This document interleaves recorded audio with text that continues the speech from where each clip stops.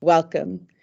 We are happy to have you here for our fifth in our speaker series on women peacemakers before and after 1325. We are grateful that you're taking time out of your busy schedules today to be with us and to honor our amazing guest speaker who will be sharing with us today.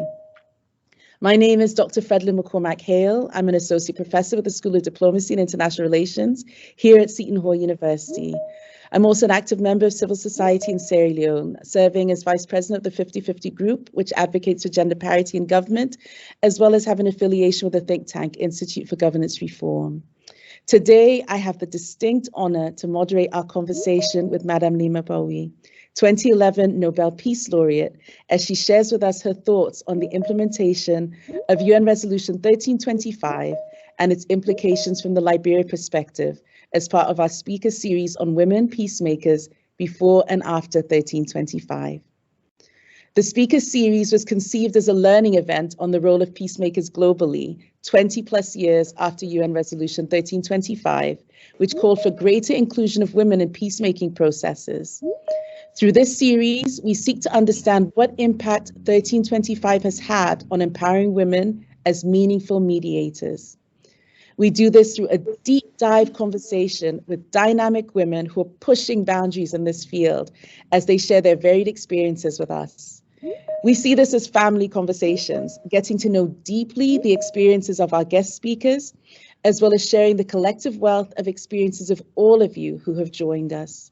So again, we welcome you to the series, and we're looking forward to learning about Madame Gbowee's expertise and experience in this area. So before we hear from our special keynote speaker, we will have some short opening remarks from the School of Diplomacy and International Relations at Seton Hall University, as well as representatives of the sponsors of the event, the United Nations Association of the USA and Inclusive Security. We will also hear from the event organizer, the Center for Peace and Conflict Studies. We will start our opening remarks with Dean Courtney Smith, Dean of the School of Diplomacy and International Relations here at Seton Hall. Dean Smith's areas of expertise include international organizations, United Nations, and peace studies. He has interviewed over 100 United Nations delegates and staff members for his research on the organization and its members. One of his publications of his books is Politics and Process at the United Nations, The Global Dance, 2 book chapters on Kofi Annan's leadership as Secretary General, in addition to many papers and articles. He developed and directs the school's United Nations Intensive Summer Study Program, which brings an international group of students to Seton Hall and UN headquarters for a 1-week immersion program. In addition, he's faculty advisor to the Seton Hall Model United Nations Association and the school's student-run international newspaper, The Diplomatic Envoy. Dean Smith, the floor is yours. Thank you very much, Fredlyn, and welcome to everybody I know who's joining us both locally and internationally. This is a wonderful event, and I've learned that one of the key things that you do as a dean is spend a lot of time thanking colleagues for the successes around you, and that's certainly true of this event. There's a lot of words of thanks. The first goes to our guest of honor, Leymah Gbowee. She's a great friend of the School of Diplomacy, and I'm very fortunate to say that she's joined our board and she'll be serving as a visiting scholar next year. As Fredlyn indicated, Leymah was on campus in 2014. It was a wonderful, insightful event. But my most amazing memory of all my time at Seton Hall, and I've been here 23 years, is how Leymah celebrated the graduation of her daughter, Leymah, from our graduate program, and the wonderful moment that was. I love looking at that picture time and time again. So very great memories with our guest today, and I'm looking forward from learning from her again. Making this possible is a number of people who I would like to thank. I would like to thank Raja Thalia for our visiting scholar this semester, for organizing the speaker series. I've learned so much. I as a UN scholar, I thought I knew 1325 well. But I know UN Resolution 1325 from how it works at UN headquarters, and what I'm learning through these events is its significant impact in the field. So thank you very much, Raja. I also want to acknowledge previous guests and speakers, such as Ambassador Swanee Hunt, who spoke in the series earlier on and will be giving welcoming remarks in a few minutes. key people in the School of Diplomacy for organizing this, the director of our Center for Peace and Conflict Studies, Zhang Wang, the director of our Middle East and North Africa program, David Wood, Maria, who I don't see on camera right now, who's behind the scenes organizing all of this. Thank you all. I also want to thank a member of our board who's in the audience, and that's Gail Thornton, because it was her initiative that allowed us to have Leymah join the board. And I also want to thank the university provost who's in the audience, Katia Pastorini, because it's her support that also made it possible to get Leymah on our board. So this event had a lot of hands in making it a success. There's one more partner that I would like to recognize, and that's the United Nations Association of the USA. They have been a partner of the school since our founding in 1997. They've been a constant partner with us. Many of our successes are due to our collaboration with the United Nations Association and now the United Nations Foundation, which they've merged with. And on behalf of UNA, I would like to personally introduce Tedda Banks, who's going to be welcoming on behalf of them. But just thank you, Tedda, for the partnership of your organization. We're very grateful. And thank you all for joining us today. I'm very much looking forward to learning alongside all of you. Thank you so much for those words of welcome, Dean Smith. Now we will listen to the opening remarks from Honorable Dr. Tita Banks, National Council Chair of the United Nations Association of the United States of America. We're excited to have her joining us for the first time. The Honorable Dr. Tita Banks, EDD, is a diplomat, a human rights advocate, and educator.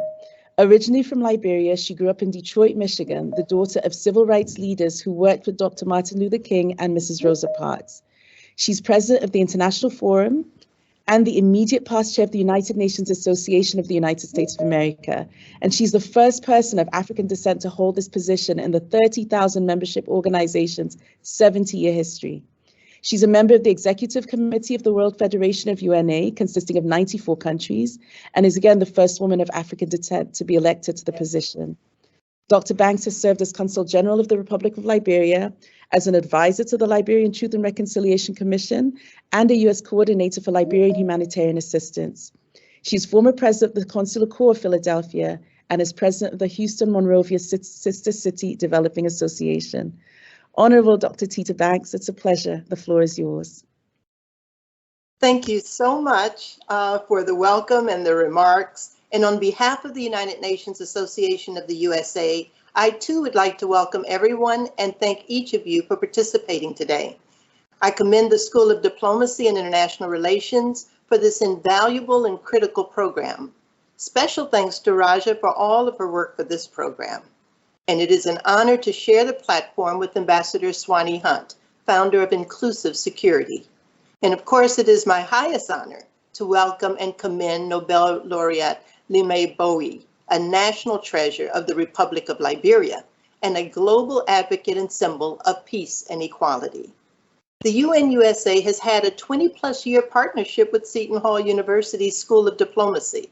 This is a testament to our commitment to provide opportunities to explore global issues, challenges, and solutions, which in turn will develop more informed and better equipped global citizens who can play a role in making this world a better place for everyone everywhere. The UNA-USA has a proud history of civic action locally and globally. We are the embodiment of the vision of Eleanor Roosevelt, who over 75 years ago believed in the United Nations and believed that people-to-people action could further the work and mission of such an international body. Today, more than 3/4 of a century later, we are a movement of more than 30,000 Americans who convene in 220 campus and community chapters across the US. We are dedicated to our mission to educate, inspire, and mobilize Americans to support the principles and vital work of the United Nations and its agencies, as well as to achieve the UN Sustainable Development Goals by 2030. It has been over 20 years since the UN Security Council passed Resolution 1325 on Women, Peace, and Security, or WPS. Yet the role of women in the prevention and resolution of conflicts, peace negotiations, peace building, peacekeeping, humanitarian response, and in post-conflict reconstruction has not been fully adopted by the global community. And that is why we as civil society must learn more about the importance of WPS so we can collectively call on our global leaders to see Resolution 1325 to fruition. At UNA USA, we elevate women, peace, and security issues through our UNA Women Affinity Group, educational programs like this one, partnerships and advocacy outreach to members of Congress and the administration. We also inform our communities and volunteer with organizations that support women and girls. We believe that women's rights are human rights. We believe the African proverbs that says if we educate a girl, we educate a whole nation. And we believe the clarion call our Nobel Laureate made on that special acceptance day, as she said, quote, "We must continue to unite in sisterhood, to turn our tears into triumph. There is no time to rest until our world achieves wholeness and balance, where all men and women are considered equal and free." Those words, equal and free. So today we have gathered to hear from a great advocate who gives voice to the voiceless, power to the powerless, and hope to the hopeless.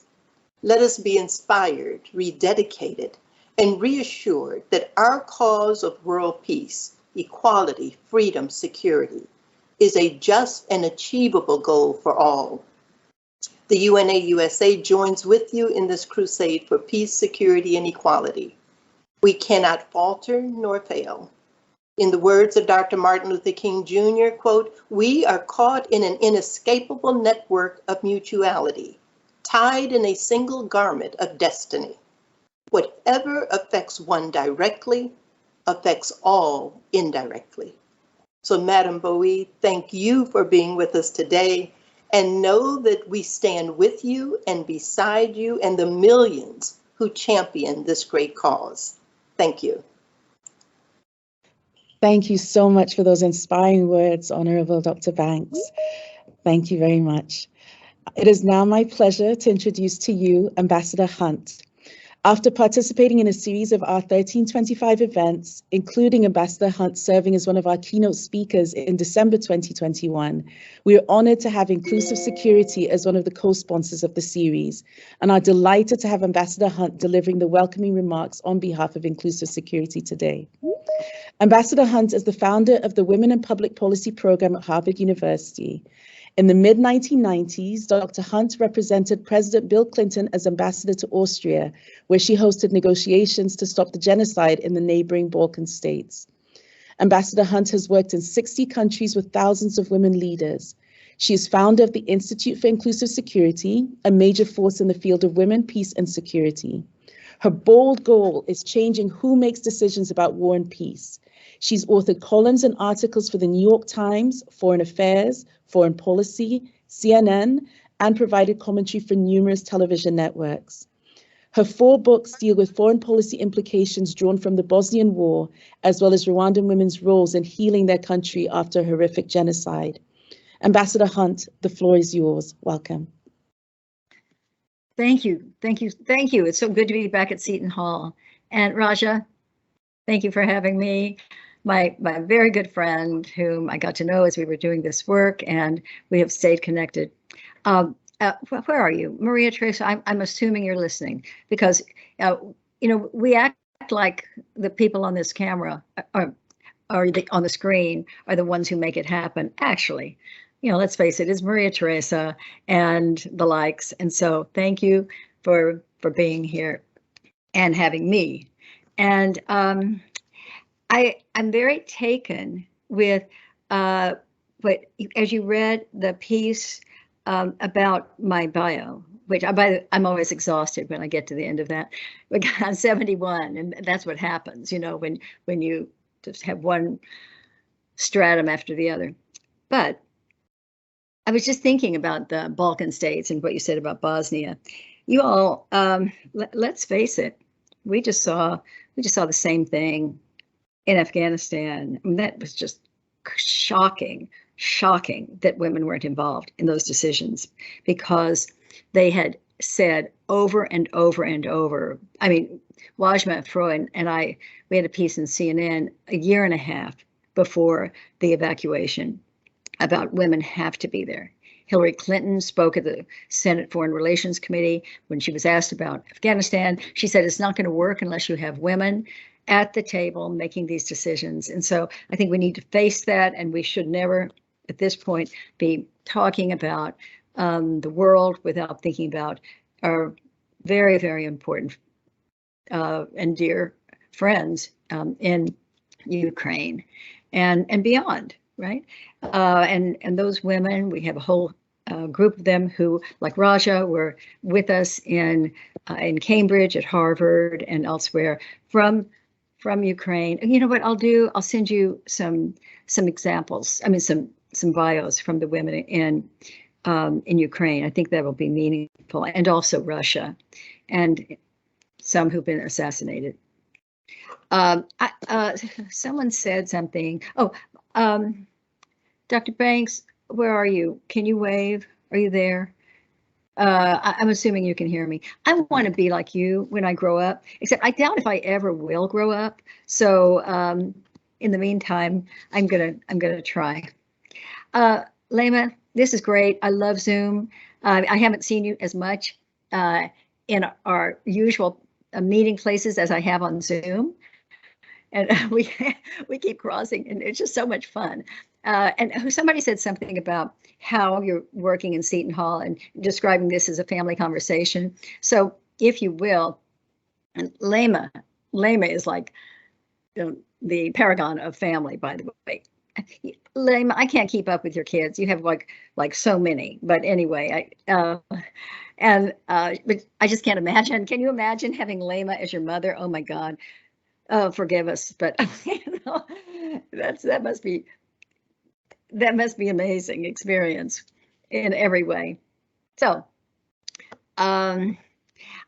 since you introduced the idea of family, let me just close by saying there was one day, Leymah, that my husband was down in the study. He's a symphony conductor, and I came running down the stairs, and he was talking to the manager of the orchestra, and I just came down, and he said, "What's wrong? What's wrong?" I said, "We won the Nobel Peace Prize," and he said, "Well, what?" And he told the manager, "I'll talk to you later." And he said, "Come here, love," and he had me sit on his lap. He said, "What are you talking about?" I said, "Leymah, well done."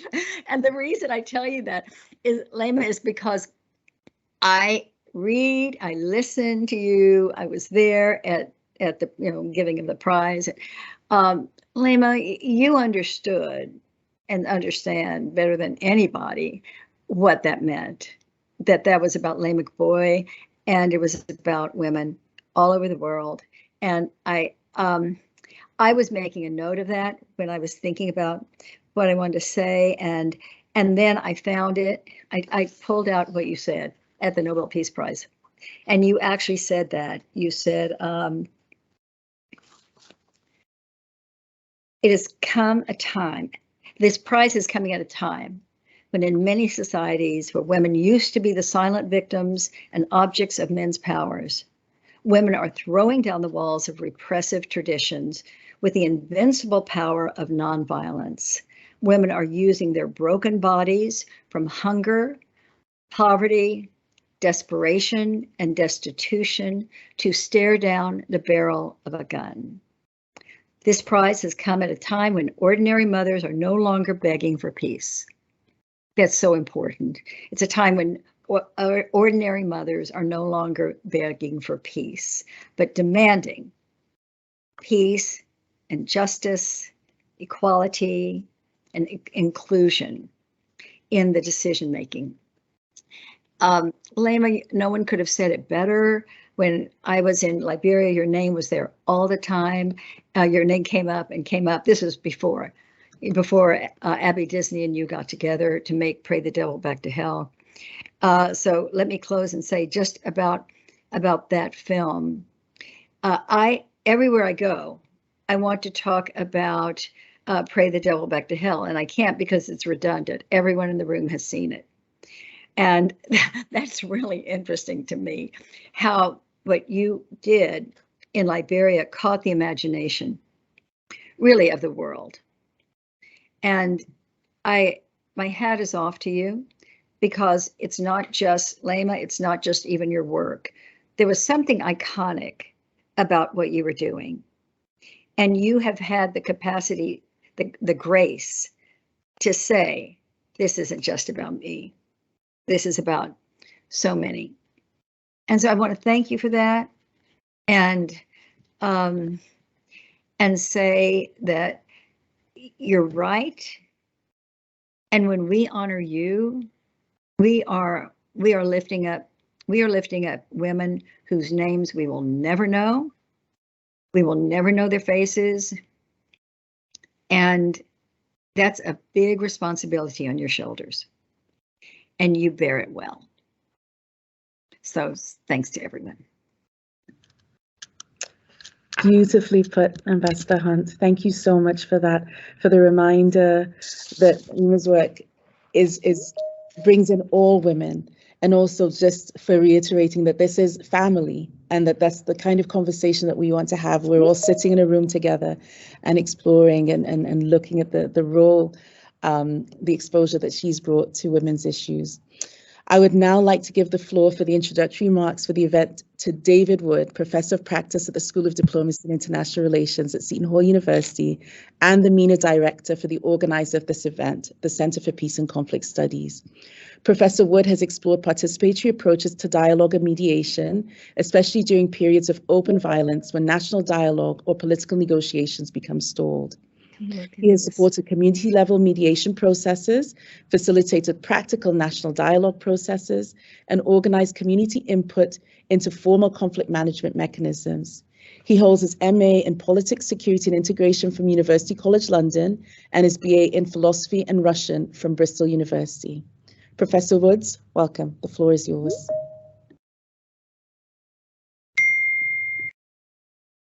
Thank you very much, and I'm so excited, as we all are, to hear from Madam Leymah Gbowee. My role, I suppose, is to try and provide a thread between all the events that we've had within the speaker series. And from the Center for Peace and Conflict Studies at the School of Diplomacy, for us, this is a new program, and I think it's becoming our most important one. We're really focused on how can we enhance peace building globally, and how can we enhance the role and voice of women within peace building globally. So far in the series, we've heard from my dear colleague, and as I always say, one of my heroes for the work that she's done, Raja Al-Tali. And the key learning that I took away from Raja's talk was, in Syria, women mediators on the ground did things that men could not do, in terms of mediating ceasefires and in terms of prisoner releases. However, this work on the ground was not valued inside the political process. So we need to better link the valuable work of women on the ground to political process. We also heard from her about the tough decision that women had to face as their role in the process was being discussed, and the formation of the Women's Advisory Board, and how they traded potentially influence for participation, and how this was a very tough decision for them. We also heard about the need perhaps to have consistent standards for participation of women and men within political processes, and how perhaps the bar is set too high for women and higher than it is for men. We then heard in our second event from Ambassador Sweeney Hunt, and it's a pleasure to have you again. And we heard about the importance of linking women peace builders in a conflict zone with international diplomats, because what is one person's foreign policy is another person's domestic policy. And we need to see this in both angles to be effective on the women, peace and security agenda.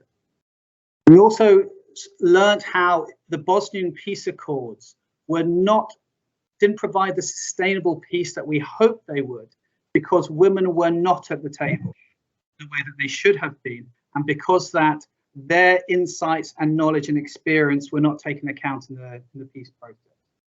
We also heard about the importance of networking between women to support each other in these difficult societal transformations and peace processes. In our third event, we heard from the truly inspirational Madame Fatuma Abdul Qadir Adan. We heard, I think, from my side, three critical things. The first thing is that the national action plans that were established under 1325 are not sufficiently long-term to meet the changes in the role of women that are required in places that have experienced violence.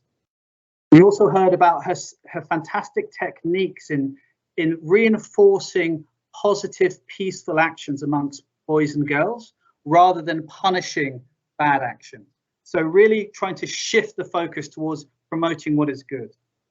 We also heard the tragic experiences of women being kidnapped, being pushed into forced marriages, and other effects. And this raised the big question that which hopefully I really want to grapple with within this series of how do we mitigate the risks to women as they're part of peace processes or in conflict societies? And what role do we as outsiders bear for managing those risks? We've all had colleagues who have been threatened, harmed, or assassinated for their role in women, peace and security. And then in our last event, we heard from Miss Rosa Emilia Salamanca about her experience in Colombia. We learned about how women were involved in the peace negotiation in a way that they were able to shape it to make it the peace agreement one of the most gender sensitive that we've seen globally. And it really provides an example of how that can be done. However, we also learned that women's roles were restricted to the peace part, and they haven't been involved in the security aspects in Colombia. And so one of the weaknesses maybe of women, peace and security agenda being implemented is that the security side and women's involvement in the security side hasn't progressed to the same side as the peace side. And finally, Ms. Rosa Emilia Salamanca talked about how we need to also think beyond the women, peace and security agenda to really look at the roles of men and women in society, and trying to also think about this as a long-term shifting of power dynamics between genders in societies, especially. So we've learned so much from everyone, and we're really looking forward to learning again today with you, Ms. Leymah Gbowee. Thank you very much for the time. Thank you. Thank you so much, Professor Wood, for tying all the various threads together.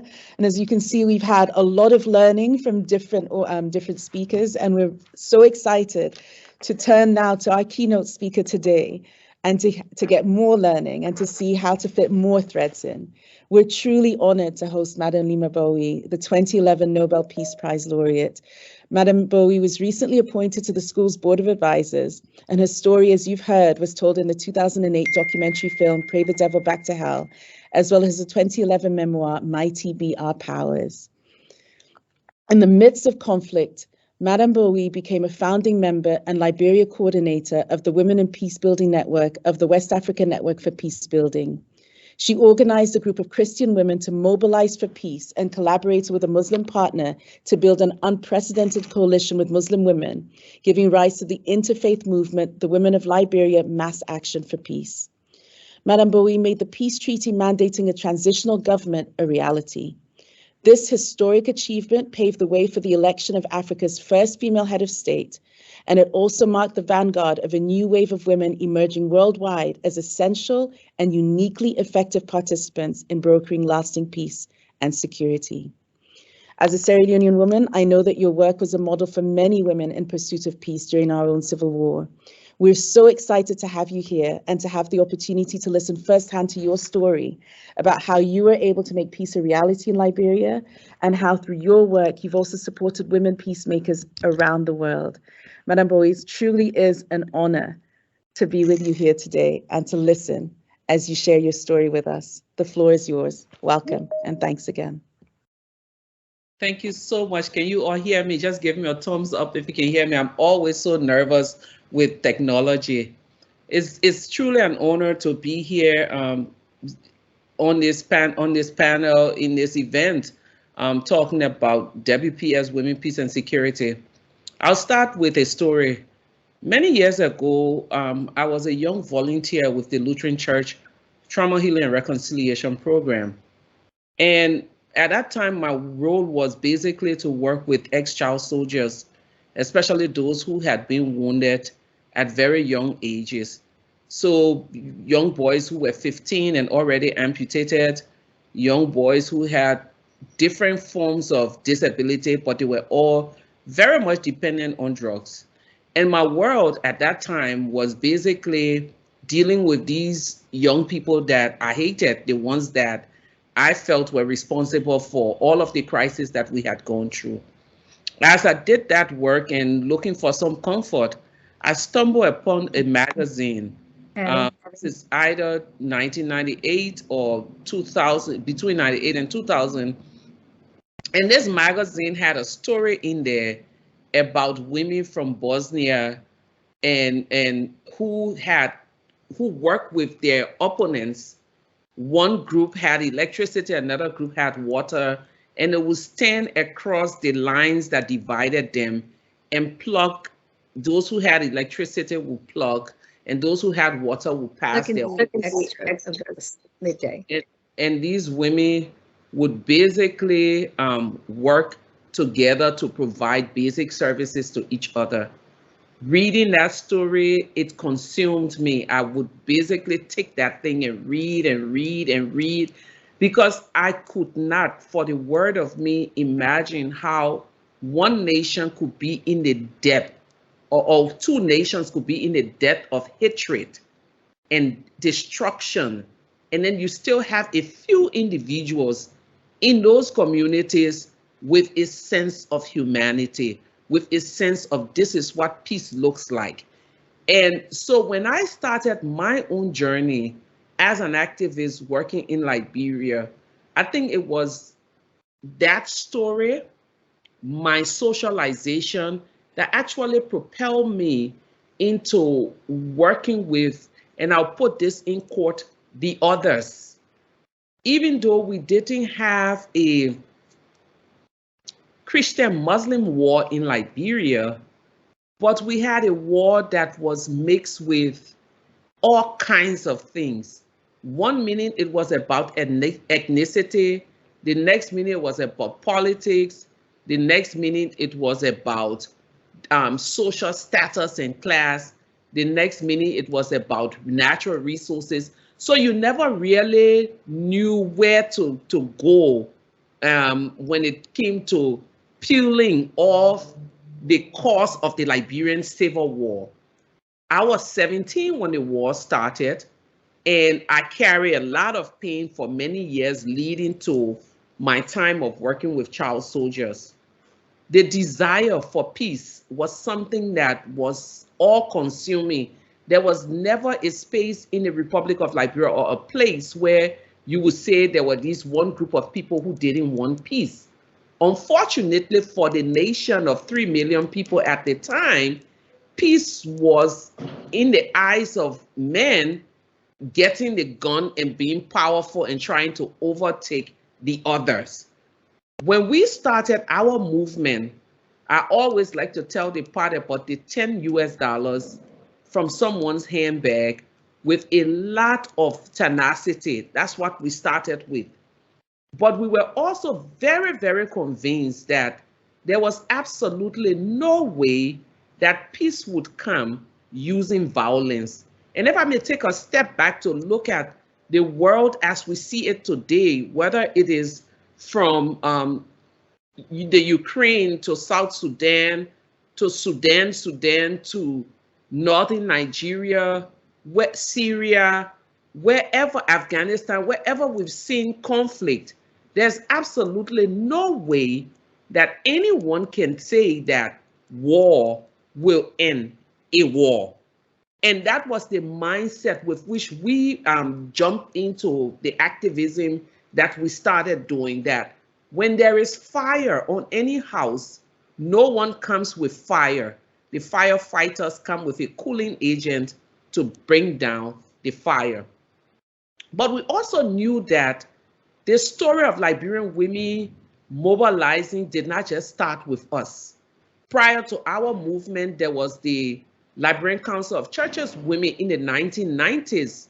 They were providing humanitarian support to women's groups, up to people who were internally displaced and people who were suffering. In the late 90s, there was the Mano River Women Peace Network, and these women had been going around doing shuttle diplomacy back and forth with different people.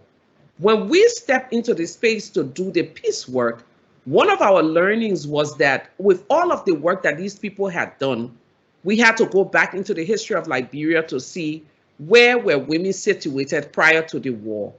And if you look at our history from 1847 up until the time of the war, Liberian women had never really been involved in the political life of the country. And so obviously it was very difficult for a vast majority of the women to get involved in the peace process. 1847, we gained elections. We gained independence. Women were not allowed to vote till in the 1950s, almost 100 years after independence. And in the 1950s, when women were told you could vote, women who own properties, think about Liberia as a country today, and think about how many women own property today, let alone 1950s. So technically, we're seeing several hundreds of years of women not being in politics. And there was a common saying, the people's thing. So politics was the people's thing. So peace was equated to politics, and women did not see themselves as people who should be involved in politics and by extension in peace. Men made war, men should make peace. So when we started, we had to go through a whole process of re-socialization, talking to women and telling them that it was not just about the men, it was about the future of a country. And in most of our nations that we see are faced with war today, one of the things that hold women back from getting involved in peace processes is that this notion of it is the men who started it and it's the men who will end it. So when we started our movement, we had to go through all of the processes, but we also understood that there were national and international players that we needed to work with. And the national and international players that we needed to work with needed to hear our side of the narrative. Today, when you look at the Ukraine, you look at Afghanistan, you look at Syria, it is the same like Liberia. All of the narrative that comes out of those wars are primarily about the men and boys with guns, and very little are seen about the women and children who are suffering. 2022 is a little better than 2003. In 2003, when you watch CNN, the narrative from Liberia was boys on bridges with guns in their hands and very little about the women and girls who were suffering as a result of the war. When we decided to step out, it was our way of putting our story out there. But one of the things that I may say that we're able to do, and all of the things that the Resolution 1325 talks about, participation, prevention, and protection, we tried in our weak way to do all of those things. When it was time for the peace process, we decided we're going to write a letter to the international crisis group that was working on Liberia to say we wanted to be observers at the peace table. The response we got was that we were a very little known group in the country, and so they would not allow us to sit as observers at the peace table. What we then did was to pay our way and go as observers and protesters in the corridors of the peace hall. That was for participation. As a means of preventing further conflict, one of the things we used to do, and we didn't do it as effectively, but we put our bodies in front of many different things. I'll give you a typical example. There was this one day, there was a massacre on a community, and we got there very early in the morning to see people really in a destitute state. The government had indicated that, and this is the government of President Taylor at the time, that no humanitarian organization was allowed to go and provide humanitarian support for these people who had been attacked the night before. Like many of the places we see, what we did was to call some media people and say, we need you all to come and see this situation. But we were also going to be the first group to provide humanitarian support. Very few, we had small money we sent to buy some food items, and we made food and started distributing. When the journalists from BBC and RFI, Radio France International came, and they were putting the story up.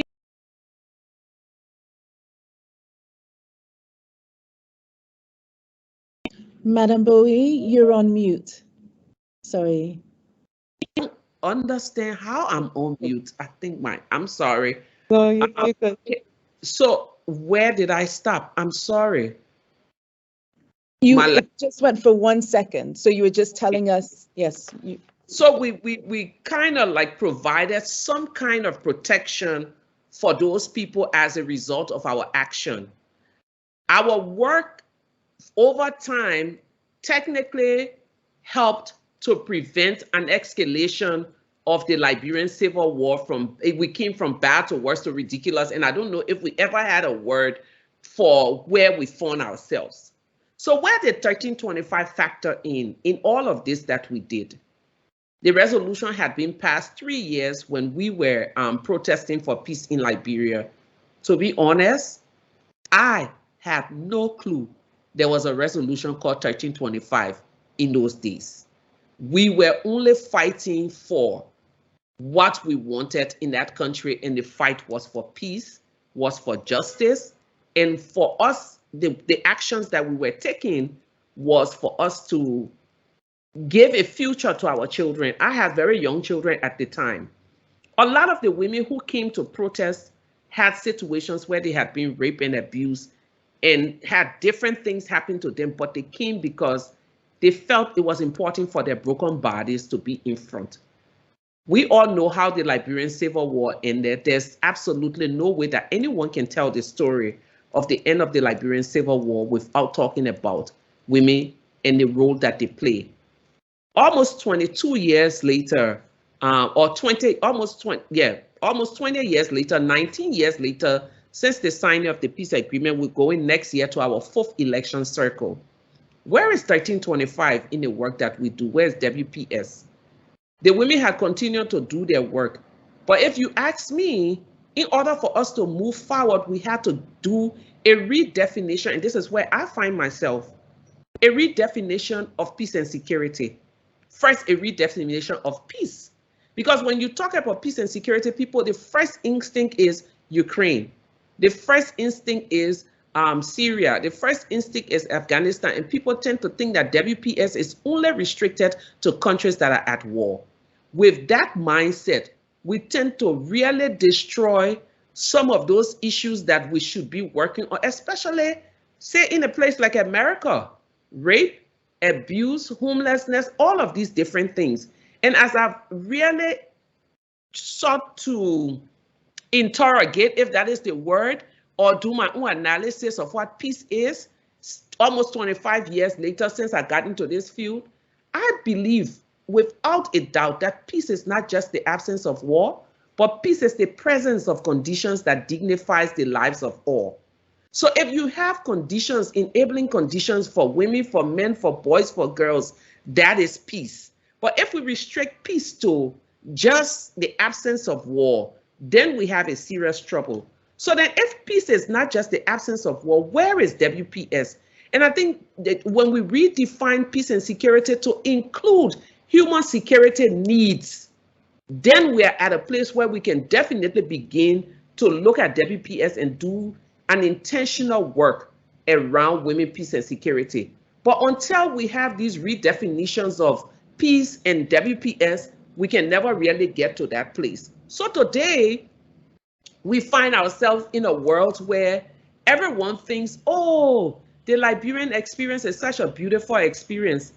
I wish we could say that the UN Security Resolution 1325 really factored into the work that we did. It did not. So how do we move on? We cannot continue to say, oh, 1325 is a toothless bulldog. Yes, within its current state it is. But how can we make 1325 more viable? And I think already from the get-go, and we have a really important moment now with Ukraine. From the get-go, whatever process is going to start with Ukraine must start with 1325 being the front, the center, and the back of that particular situation. In Liberia, it happened for us, not because we knew about 1325, but because we as women were determined. I'll give an example. At the end of the signing of the peace agreement, or before they even signed the peace agreement, when they wrote the document, it was almost 300 plus pages. we kept asking, where are the benchmarks? For a nation of 80-something% illiterate people, you can't give us 300 pages of a peace agreement and expect that it will be implemented with a collective effort. Can you all give us benchmarks? No one listened to us. They signed the peace agreement. What we did was to take that peace agreement in its shape and form, sat down 80+ women, leaders from different communities in Liberia. We broke that peace agreement down into different times and seasons, and then we set benchmarks. What we did with those benchmarks now was to send them into local communities and say to the women, at this period, if you don't see this happening, protest. At this period, if you don't see this happening, protest. That, for me, was 1325 in action, even though we had no clue. When it came time for elections in Liberia, and this is 2005, we had to also fight to say, given our history from 1847 to 1950, from 1950 something to 1980 something, women have never really voted. Can we have a special registration process? No one factored in 1325. We had to take the bull by the horn and run with the process again. We did a community-based process of going from village to towns to community. Once we ended, we had registered 50+1 more women to vote than men. That in 2005 gave us Africa's first female president. That's the second thing. The third thing that I want to make, and I will shut up and then we can go into question and answer, I think, because I'm running over my time. The third and final point that I would like to make is that when people begin to see peace and security as a militarized process, they limit or they take away from women being a part of the process. And we confronted that during the peace talks in Liberia. The US government at the time was responsible for the defense and every committee. The ECOWAS group decided that the women should be in the room to talk about how they wanted the new national army to look. The generals from the US decided no woman should be in the room because we didn't have the expertise to talk about militarism. There was a big row in the room between the West African leaders at the time and the generals from the US. Because one of the things the general from Nigeria was saying is, who is this new army going to govern? This new army is going to govern women. And the women should be here to guide us on how the new army should look. I can go on telling the stories about how we did the work, but the one thing that I can say is that in order for 1325 to be effective, everyone talks about a WPS agenda. And I spoke about redefining peace and security to include human security need. The second thing, that for WPS to be the agenda to be fulfilled, there must be funding. Recently, about 2 years ago, 2019, I was in Liberia when they were doing the new National Action Plan, and they presented a budget of $25 million to implement the National Action Plan. The irony of that is that the $25 million was 5 times more the budget of the Ministry of Gender.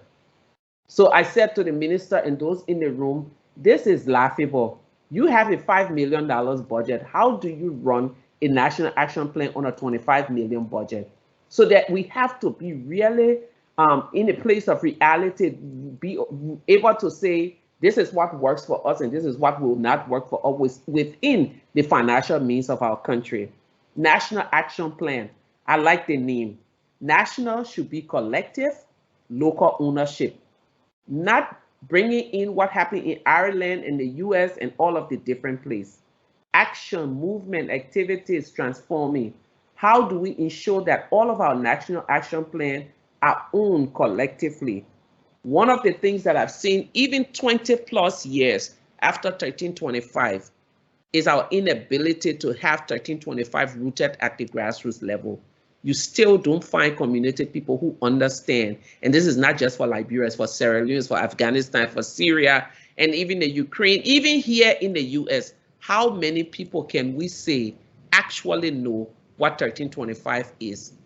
I know we are in a university setting, they say knowledge is power. And for us to be powerful as women, for us to step into the space of 1325 and make transformation, we must understand that there are tools there for us. And the tools is the UN Security Council Resolution 1325.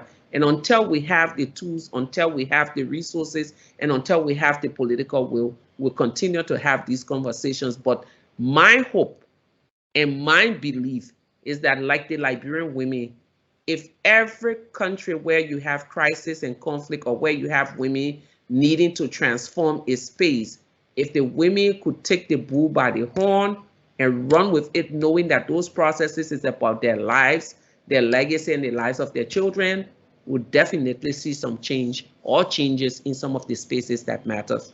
Thank you. I look forward to questions.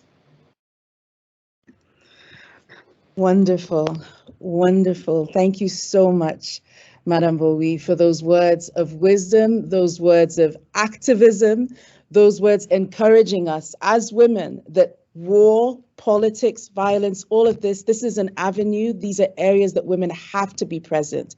There are many, many different things that you shared with us in that presentation, in that discussion. You mentioned about how in Liberia, women went from seeing this, from being marginalized from politics, from seeing this as the domain of men, to re-socializing women to realize that it's not just about men, but it's about the country's future, and they have an integral role to play.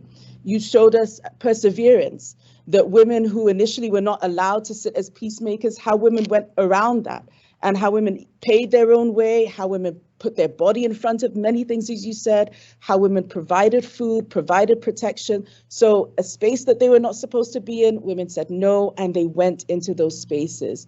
You talked also about the importance of realizing that we have to rethink how we define peace and security, moving away from seeing it as a militarized process to one that is to have a more inclusive understanding of peace.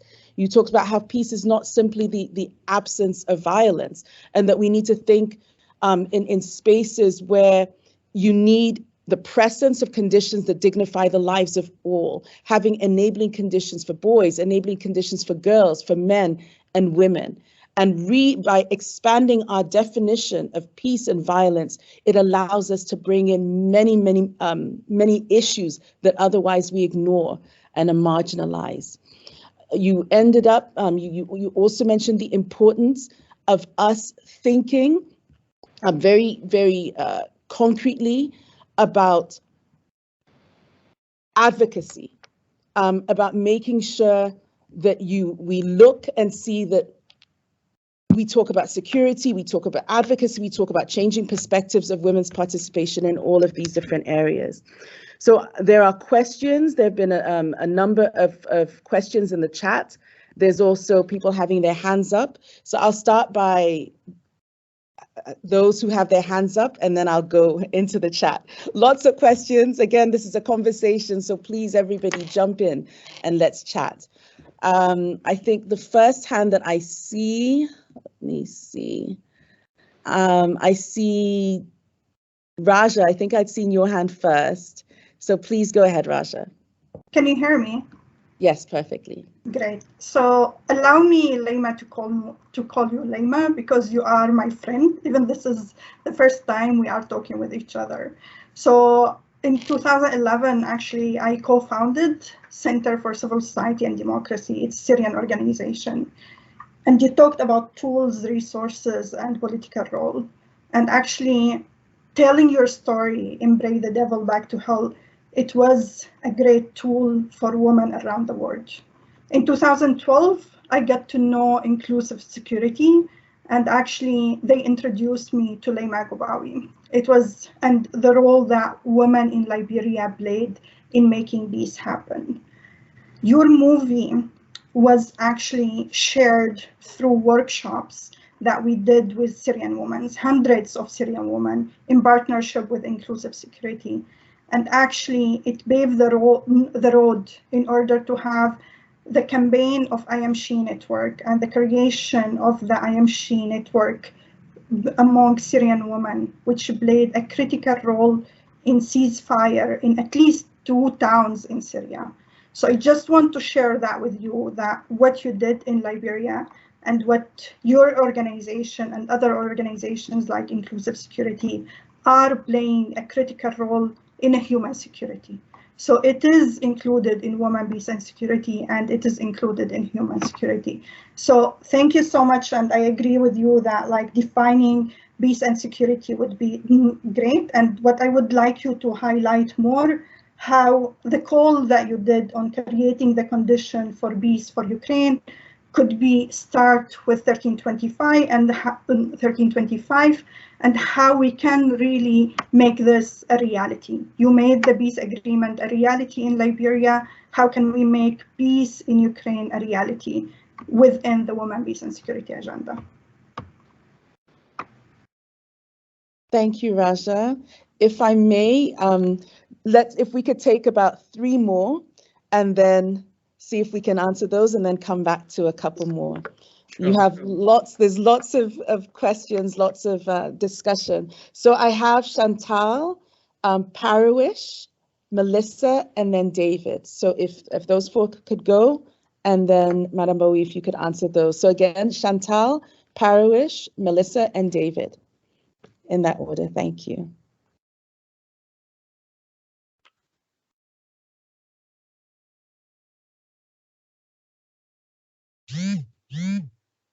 Chantal, are you there? If not, yeah, I am here. Sorry, can you hear me now? We can hear you now. Okay, hi. Hi, I am Liberian, 2007 Seton Hall alum, and currently doing my PhD at the University of Manchester on women, water, and peace in Liberia. And so my question relates to what are your thoughts on the issues of the environment as it relates to peace, specifically water issues, because that's what my research is on. So thank you so much, and I'm really excited to be here. Thank you, Chantal. Parawish, if you could go next, please. Thank you, Professor McCormick. Thank you so much to the speaker. My name is Pariwish. I'm project assistant at the Center for Peace and Conflict Studies. Thank you so much for the inspirational talk. For me, the most inspiring piece was how you turned the women peace agenda into a clear action plan. It was amazing because that's where I think we struggle the most. But then my question for you is, do you think Women, Peace and Security agenda provides enough guidance on how to bring together national and local actors and devise a national implementation plan? Because what we see so much, and this is from my experience of learning about Yemen context, when they were preparing they were starting the National Dialogue Conference process, the committees were not successful. They were not able to reach a solution. And when they asked one parliamentarian why is that, he just simply said that that's because of all the women and civil society. So it's like the national and local cannot, because of the process, work together, and that's where we don't see a lot of implementation. So do you think that would help, or how to make sure that both work together and there is a national plan like it was in Liberia? Thank you. Thank you, Parawish. Melissa, if you could go next, please. Hello, thank you for the talk, Madam Gbowee. I was really interesting to see how you shifted the political dynamic in Liberia, working on the grassroots level, getting women to vote. And I just wanted to know on how did you all travel? How were you able to communicate with different areas to meet in certain villages to stop ceasefires, and just the logistics of tackling a whole country's land and getting all the women together? That's my question. Thank you. Thank you, Melissa. Professor Woods, have you put your hand down? Yes, there are so many questions that I'm happy to give mine up. Okay, all right, thank you. Okay, we will just take in this one last one in this round. I think I see Nina, you have your hand up. And then we'll give we'll give Madam Gbowee a chance to answer these couple. Thank you. Nina? Can you hear me? Yes, we can. Yeah, thank you so much. And it's really so amazing to hear again from our guest and trailblazer, and Leymah, who set the example for so many. And I see Swanee, who for years has been helping women on the ground. I was most moved by the frankness of Leymah saying that you know, for women on the ground, the reality is, and I've worked in conflict areas for 30 years with the UN, it has the WPS agenda can seem rather abstract. And if you really want nitty-gritty implementation instead of just words every year, they need really a comprehensive implementation plan. I put a link to my article that I published on this issue for the 20th anniversary of 1325, where I propose that the time has come, in view of the slow implementation around the world, for a special envoy to be appointed by the Secretary General and to hammer out an action plan bringing civil society and women and others from the local, national, regional, and international level together and really hammer out a comprehensive action plan. I would be very curious what you think about that, and an accompanying recommendation was that there be a monitoring mechanism that's made public and posted to hold people accountable for that implementation. So thank you very much, and I'd be curious what you think of that recommendation. Thank you for all those that have asked questions. Madam Gbowee, the floor is yours to take those first set of questions. Thank you. Thank you. My computer went I got logged out for a minute and I had to come back on. I'll start with the first question from Raja, where her comment about peace and women in the Ukraine. One of the things that I've seen in all these years of my life as an activist and someone who worked very close in conflict context is that people start peace processes without women, or they start every process leading to. So if you look at the Turkish talks ongoing, it's all boys in suits. There is not a single woman amongst those men talking about peace. A lot of the conversations around peace in Ukraine, Russia, and all of those different places are primarily about the politics and not about the people. If you see what is happening at the grassroots level, however, you see women from both ends, Ukraine and Russia, trying to see how they can kind of like do something to make it better. So I think if we are to begin to advocate for real peace to happen, we must also begin to advocate that from this get-go, whether it's the exploratory mission, whether it's to just go and say hi, every process that is going to happen for Ukraine, there must be a woman, or 50-50 or 40-30, but there must be the perspective of women in all of the work that is happening leading to a peace agreement or the actual peace table. And I think that's something that is very important. Chantel asked about the environment, peace, and water. One of the things that I really like about all the conversation about the climate crisis in the world that we find ourselves in today is that people are now beginning to see that you can no longer subtract issues of the environment from issues of peace. And you can know so that we can't do peace like bring guns, end war, and it's over. Because like I said, peace is not just the absence of war, it's the presence of conditions that dignifies you and I, or dignify a group of people. So if we don't have water, that's definitely a serious problem.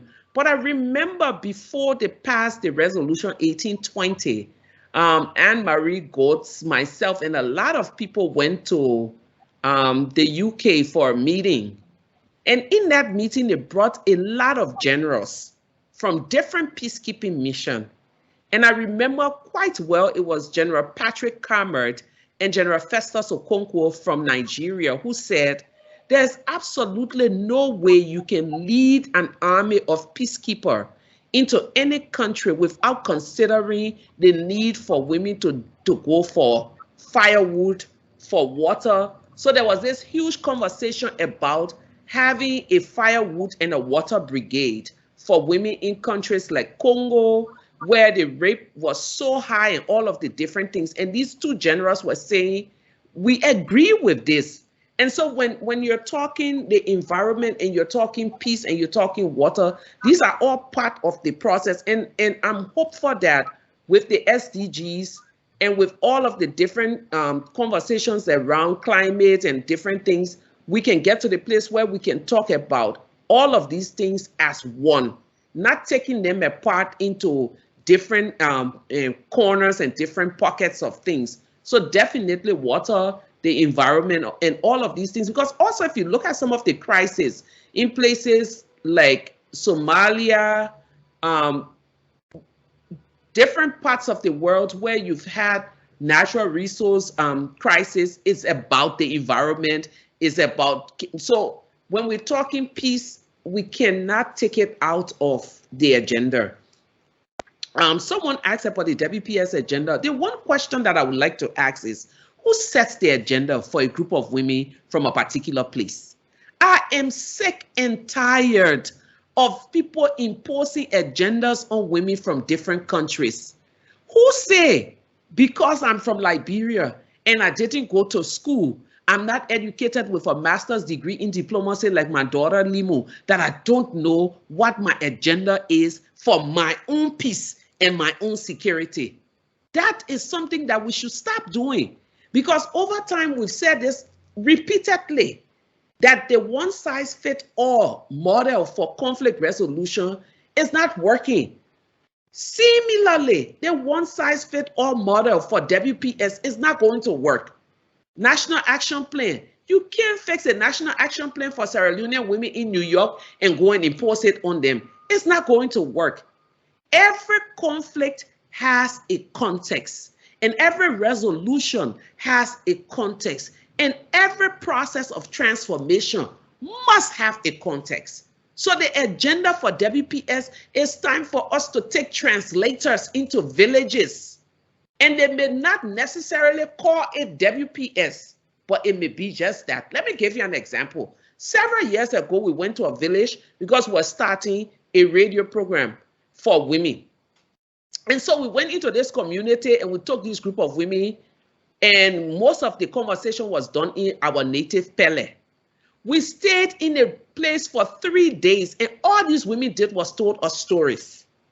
Some was funny, some would break out into dance, some we would cry. And then after 3 days, we look at each other and said, oh my God, we've just wasted donors' money because we don't have any issues that we can now go and set this radio program on. And the women said, but all the stories we're telling you were our issues. So someone talked about how her chicken was being stolen repeatedly, and every time she went to the court, she couldn't get justice. That story she was telling was her story for us to say how these women could access justice in their community. Another person talked about domestic violence. Some people talk about their economic need and all of the different things. So it's time for us to be creative. Peace, WPS agenda is not just for New York. It's not just for Geneva. It is for the communities where these women live, and that's where we should be allowing them to set their agenda. Someone talked about logistics. I think I heard that because I went off for a moment. One of the beauty of the work that we did in Liberia, and I don't see it happening in many conflict contexts. We started the mass action campaign in Monrovia. Women heard about it in different localities and they started it too. But what they would do is to wait for us to come and give their movement our blessings. And once we knew where that was, they had us to protect them in the city. So if they were having serious issue, we would come in, go talk to the peacekeepers, go to the national government, and make sure that things were working for them. So the logistics were basically locally owned. women in community taking on the peace process and saying, this is how we want to do it. And we coming from the city and saying, we gave you our blessing, do it the way you know it. And that's how it was done. Someone asked about the last question was about, do we think that they should set up different committees within the UN or different offices for WPS and all of the different things? Let me just say this, we've done this. They have special advisors in peacekeeping missions on WPS. They have all kinds of different names for gender work and for women's inclusion. I think it's now time for, and we've said this repeatedly over the last years, that there's no way we can continue to talk about WPS if there is not a seriousness for its implementation. You cannot leave out women in very critical issues and expect that all of a sudden these issues, when they're about to be fixed, will take on women. From Syria to Yemen to Afghanistan, the cry is the same. People go into these processes, they leave out the voices of women. How is it that in the 21st century, we're still having all men negotiators and mediators and not having women on this mediation team? And the response is always the same. We can't find the qualified women. Oh my God. Oh my God. It's time for us to change that mindset. And I don't think setting up offices here, there, and everywhere, it takes political will. And I think that's where the advocacy should be. We should be pushing that the political will for the inclusion of women should be harnessed. Fantastic. Thank you so much, Professor Gbowee. A couple of things that came out really strongly there. One, this idea of making sure that you're domesticating these things. And several people have commented on that in the chat, that when you're talking about women, peace and security, when you're talking about 1325, when we talk about national action plans, making sure that those national action plans resonate with the needs of people on the ground, making sure that the people, you're taking this to the last village, letting their voices inform and shape what's happening. You also talked about the need for seriousness in implementation. We've been talking about 1325 and talking about women for so long, and yet where is the seriousness in implementation? How are we making sure that this is taking place? Before we go to the next round of questions, I just want to recognize in the audience Professor Monica McWilliam, who will be our next speaker. So welcome. Thank you so much for joining us this morning. I would like now just to go back to the list. There's a couple more people, and then from that, I'll then go to the questions on the chat. So for the next round of comments and questions and family chat, we have Madam Cora Wise, Madam Tita, Ada, Abigail, and Emmanuel. So if we could just have those quick questions, and then we'll come to the chat group. Thank you. Cora, can you go, please? Are you still there? Okay, if not, Madam Tita. Cora, were you there? Sorry. I'm here. Okay, please go ahead. Hi, Leymah, you never cease to be unflagging in your energy, your inspiration, and your brilliance. I wanted to both ask you a question and just make two comments quickly. We have moved from NAPs, National Action Plans, to LAPs, Local Action Plans, and they're all grassroots based, and they're in at least 25 countries or more. Hans Corell, Kofi Annan's lawyer at the UN at the time of 1325's being adopted, told us and taught us that 1325 is international law because every country that joins the UN agrees under Article 25 to carry out the decisions. So that's pretty important, and we should use it more. And the last comment is a question. If I had 1325 to redraft over again, and as you probably know, I was among the drafters 22 years ago, for 1325. I would never use the word security, which is a military word. I would have called it women, peace, and safety, or now women, peace, and sensibility. What do you think? Should we try to change the S in women, peace, and safety, or sensibility?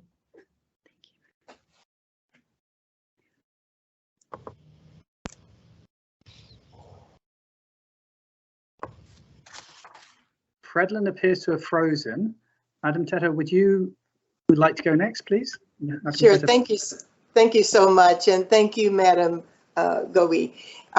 As you know, and the thing about peace being not only the absence of war. After the war, when we look around and the firings have stopped, the nations are left in rambles, in fact. And then there's nothing else that comes after. There's no international support really that we see that comes out. And I'm looking at places like Liberia and other places where we did say that rape was a war crime, since we're not in war, we have these cases, but we don't have enough women in the infrastructure so that when these cases are brought to justice, that we have enough support to follow them through and to do prosecution.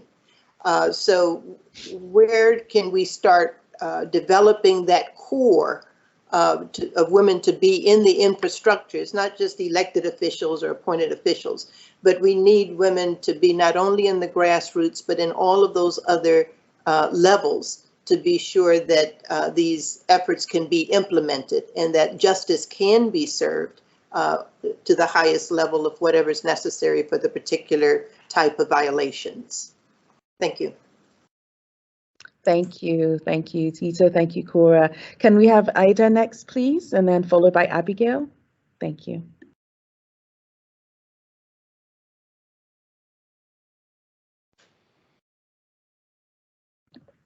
Ida, are you there? I'm sorry, it's not Ida, it's Aisha. Aisha. I mistyped. Okay, hello. I mistyped my name. Okay. Thank you so much, Leymah, for such a fascinating talk. I think you've already answered my question, because my question was about, this is 2022, and we still have a peacekeeping team that's all male. But you talk about political will, but I think it has to do more. It can be more than political will. That's what I think. I think it can be more, because women can will political will, like you did in Liberia, like we did in Sierra Leone. Because I think if the women really do get together and really demand and really push, then political will fall in place. Because I cannot believe that at this point in time, 2022, we're here, we're seeing what is happening in Ukraine, and nothing, and the same things are happening. We've had so many visions, and that they all emphasize the need for women to participate, but it's still happening. So what do you advise at this stage? Thank you, Aisha, for that question from Sierra Leone as well. Abigail, if you're there, could you ask your question? Thank you. Thank you, Madam Gbowee. My name is Abigail Pesta, and we spoke a few years ago for a piece in Newsweek magazine about rebuilding Liberia after the war. Thank you so much for your important work. And my question for you today is, in your role as a visiting scholar at Seton Hall, how do you hope to inspire American students, and what do you hope to achieve? Thank you for bringing that back to the US, Abigail. All right, final question for this round from Emmanuel, and then we'll give Madam Gbowee another opportunity to gather all these questions in her response. Thank you. Good afternoon to all. Am I on? Yes, you are, Emmanuel. Please go ahead. Good afternoon to all. Good afternoon, Auntie Leymah, for your splendid presentation. I'm forever in awe of your inspiration and your service to our country over all these many years. My question is, I know you said you're afraid of, you get a little bit nervous of social media and technology, but my advice is, what advice can you give to young people of today on how we can utilize social media and technology to advance advocacy. Because growing up in Liberia, social media wasn't as big, or technology wasn't as big as it is now. So what advice can you give us in moving forward? Thank you very much. Thank you.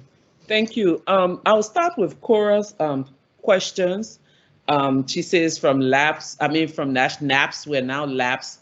Cora, I don't mean to sound cynical, but even if it went to CAPS, which is community action plans, if we still have the issue of community political will and funding, we will continue to go in circles. That's the first thing. And I believe that for the labs to be really, really achievable, people need to take it out of, the problem was not national action plan. There was no problem with the term national action plan, in my opinion. The problem was making it truly national. And it's going to be the same problem if it is not truly local. That's the first thing. And then if our governments are really, really interested and invested in the women, peace and security agenda nationally, they should include funding in the national budget for the implementation of the LAPS or the NAPS. But in the absence of all of these things, collective ownership, local ownership, if we don't have those things, if we don't have the funding to push them forward, we will keep changing the names and we'll never really get to where we need to get to. Your question about whether we should change from security to safety and sensibility, no. I am a warrior for peace. I love challenges, and I like the ones that are very, very difficult to deal with. We all need security. Women need security. And if just to even imagine that we'll change it from women, peace and security to women, peace and sensibility or safety is watering down the fact that we are, in my opinion, and this is in my very, very radical voice, we can't stand the heat in the kitchen. No. It should remain security because we need security. We need to be in the conversations about security, and we need to be helping to fix the agenda around security. Safety, sensibility, it leaves us out of the room. It's still security, and we can't even find our foot in the door. We should keep it at what it is.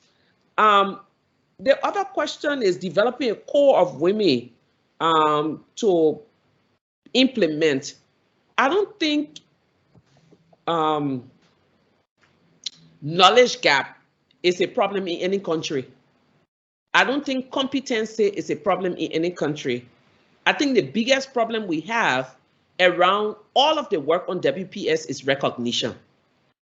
Recognition that the competence is there, recognition that there are experts in the field, recognition that there are people who can do the work.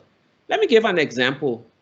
Why don't we have a Swaney Hunt as a negotiator?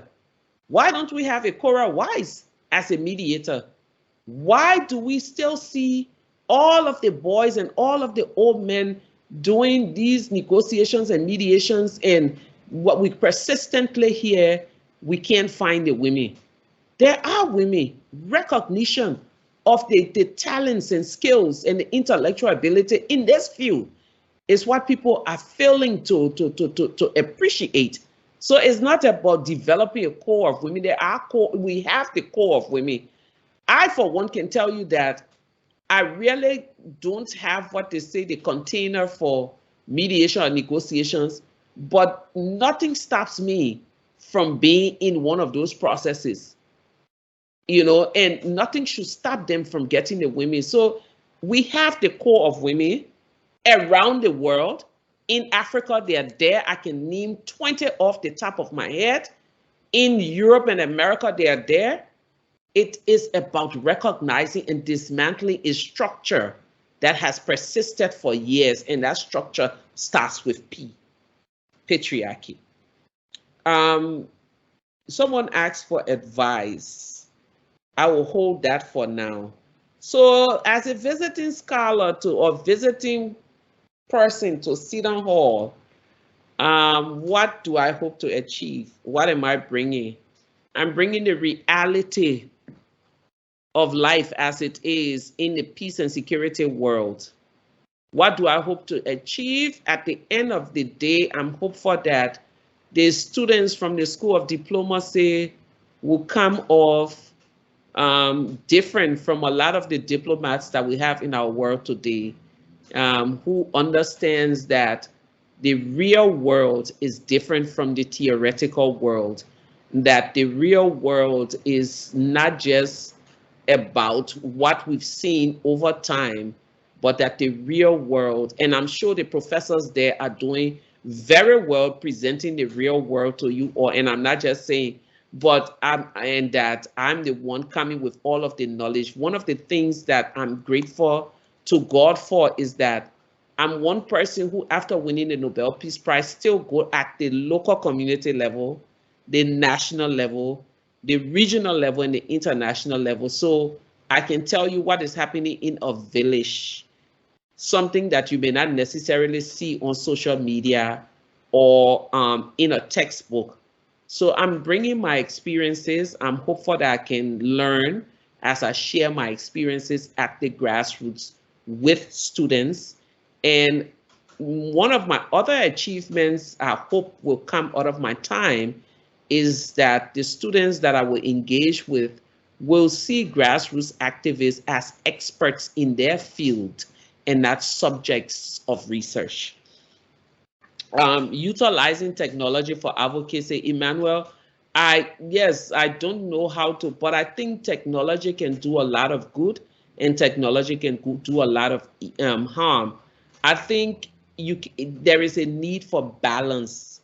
I believe that when you sit behind your computer and write all of the political things that you want to write, it must also be followed by presenting yourself to the world. Don't hide behind your screen. Show your face. Write it. Be man, woman enough to say, yeah, I am. But over time, what I've seen with this generation of activists and advocates is writing on social media, changing their names, and never really showing their faces. That's not bravery. The bravery is naming yourself, putting it out there, but also coming out to say, yes, I did it. And so what? This is what I believe in. So I think that for me is the way to go. Fantastic, fantastic, Madam Gbowee. So a couple of things dead on, spot on for our students about making sure that students realize that the real world is different from the theoretical world. This is powerful. It's something we need, somebody in the real world bringing this, helping to reinforce and reiterate that message. And then something else that you said, where you said that students will see that grassroots are experts in their field rather than subjects of research, coming back to this idea that people know their realities and should be able to speak their realities, and that people going in are learning rather than bringing all the knowledge. They should be learning from each other. So fantastic, really important comments for our students. To the last point about hiding behind in social media and not giving your names, there are some people who wrote their questions down. I know they're not hiding behind it, but I'm going to call on them and ask if they would like to ask their questions. So there are a couple of people.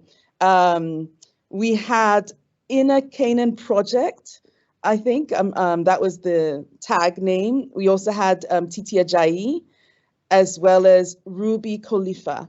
So if you three, please, could just ask your questions. And if you want me to read them out, that's fine too.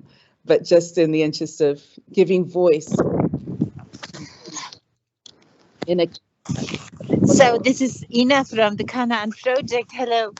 Leymah, thank you so much for your inspiration. We met 2016 when you led the March of Women from Israel and Palestine, and we're still in the project, and we hope to get you again as a partner and motivator and inspirator.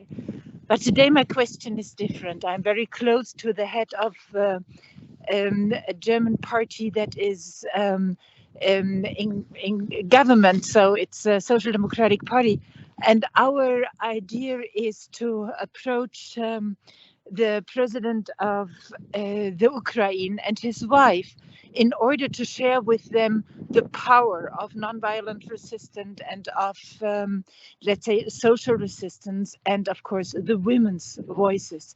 So my question to you is, do you already have contacts on this level? Have you ever been asked to advise people in Europe and to share your experience? And if not, would you be a partner in such a project where it comes to 8 eyes talks about the weapons down, save lives, and be an icon for your nation by nonviolent resistance, women's resistance? Thank you. Thank you so much for asking, for coming on camera and asking your question. I have next Titi Ajayi. Titi, can you ask your question, or do you want me to ask it for you? Hi, I'm happy to ask. Thank you. And thank you, Ms. Leymah, for those very enriching remarks. I always enjoy listening to you. I used to know you from your days in Ghana. So my question is this. I was in Liberia last year, facilitating a series of workshops around the country on the implementation of 1325. And I think I was in, I can't remember which county it was, but I remember I was in the room with about 30 to 35 people. It was a mix of civil society and government. And there were a number of things that led me to ask at some point how many people had seen the second National Action Plan, the 2019 to 2023. And I think out of those people, about 2 or 3 people raised their hands. So it just is to reinforce what you were saying about how there are parallel processes and there are movements on the ground that don't necessarily know about or identify with the 1325 process. And my question is if you have examples from other contexts, whether in Africa or elsewhere, where this problem exists and how actors in those contexts have tried to reconcile the formal with the informal, and I use those terms loosely, and what kinds of outcomes have come out of that process. Thank you. Thank you very much, Titi, for that question. Let me then quickly ask Ruby to ask your question, and then I will come back to the question on Ukraine. So Ruby, can you please come up, or would you like me to ask you a question? Ruby, are you there? Okay.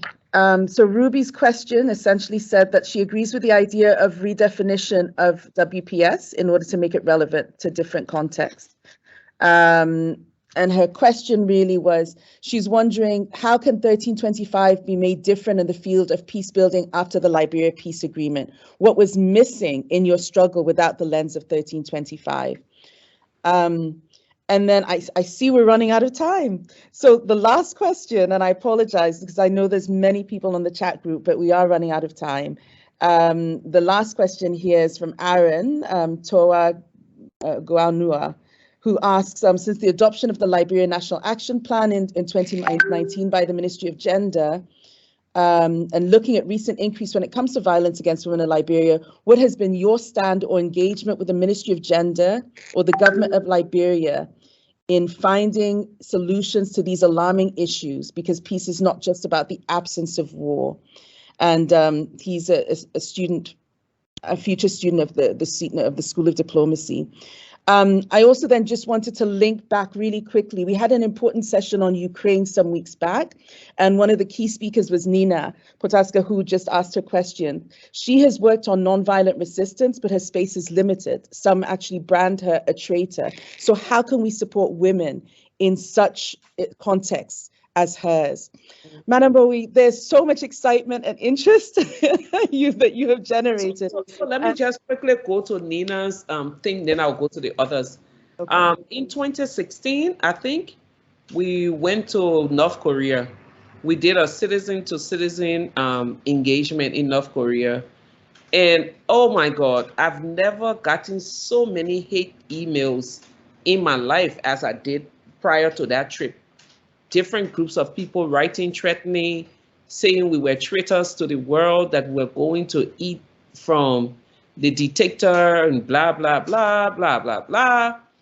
But one of the things that often guide, and this is for Nina and my work, and I'm sure it's with her, is that it's never about you.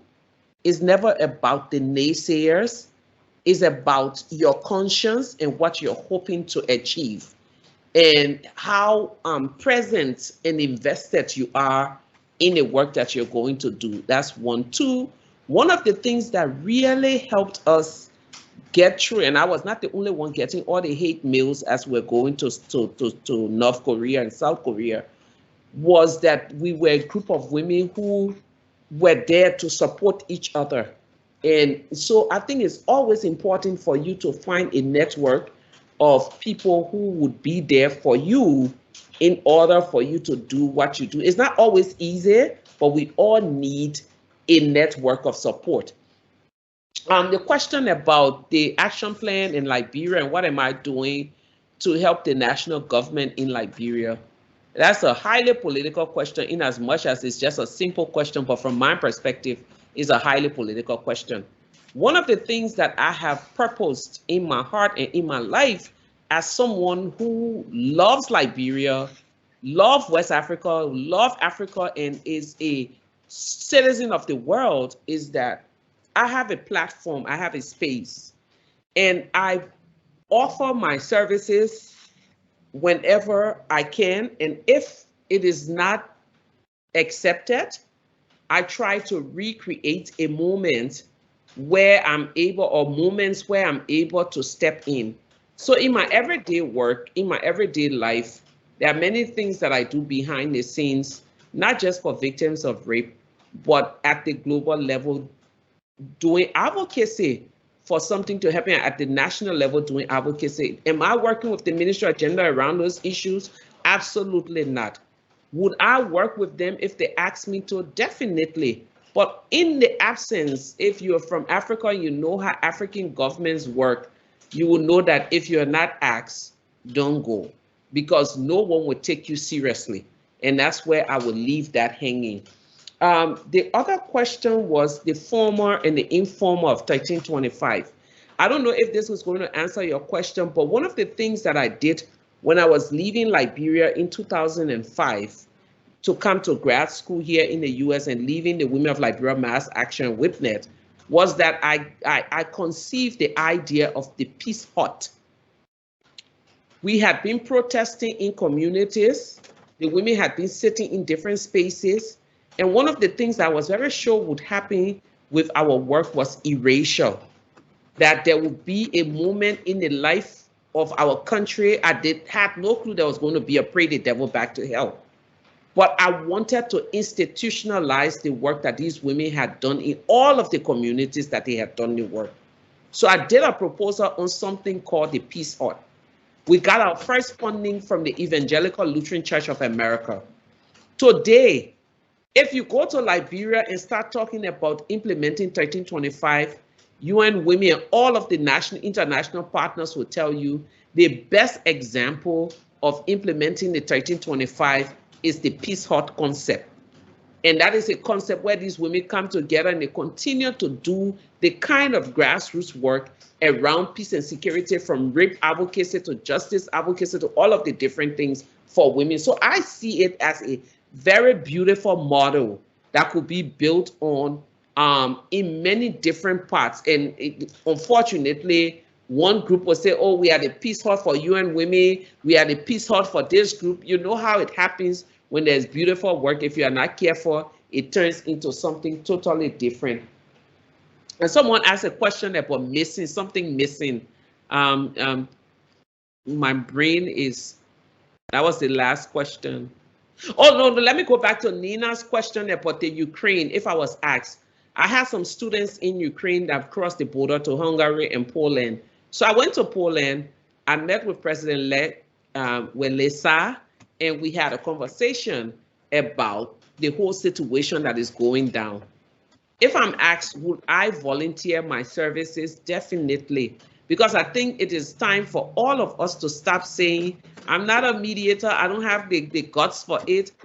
to go into spaces and be able to speak our truth and to be able to guide the process. So if I was asked, definitely I would get involved, because not only is Ukraine is one of the biggest tragedy of our modern day world, but Ukraine will set the pace for how every small nation is going to be seen by a big nation that has some issues with them. So today is Ukraine, tomorrow it could be Taiwan, it could be somewhere else, it could be something else, it could be someone deciding that we're coming back because we have weapons to colonize Africa again, or some countries in Africa. We need to stand up, because this is one of the greatest, I would say, injustice of our time. Having said that, even as we talk Ukraine, it's time for the rest of the world to begin to focus their attention on Afghanistan, on Syria. And we're not doing tick for tack, because I'm not one of those people who believe that, oh, they should, no. But I think what the Ukrainian war is calling for is a moment where all of us sit and look at all of the unjust wars that are being fought around the world, from Israel, Palestine, to DR Congo, to all of the different places, and say it's time for all of us to be what we say we are, a civilized world. Powerful, powerful. Madam Gbowee, we have stayed a little longer. Do you have a little more time? There are a number of other questions. I thought we could just try to. Can you tell the students, as much as I love them, I will come in the fall and they can hold some of their questions. You know, I really want to stay. Let me just take 2 more questions and then I'll go. Thank you.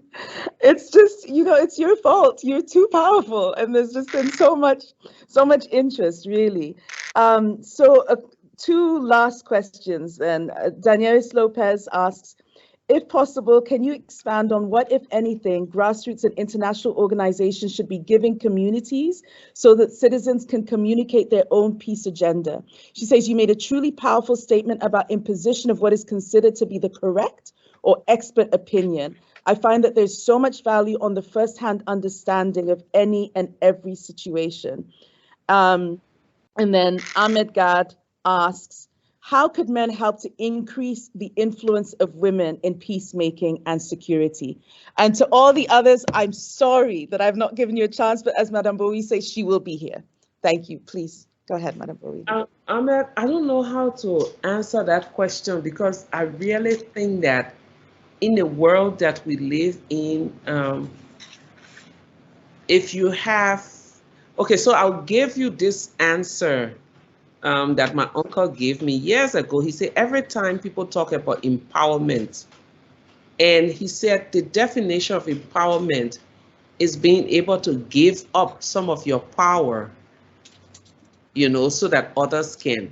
So how can you give up some of that power?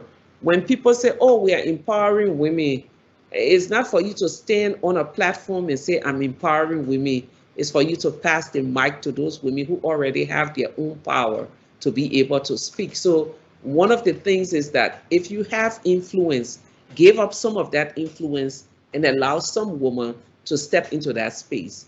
The first question was about, can you go over it again, my darling? Yes, ma'am. So it was, well, let's see. Can you expand on what, if anything, grassroots and international organizations should be giving community?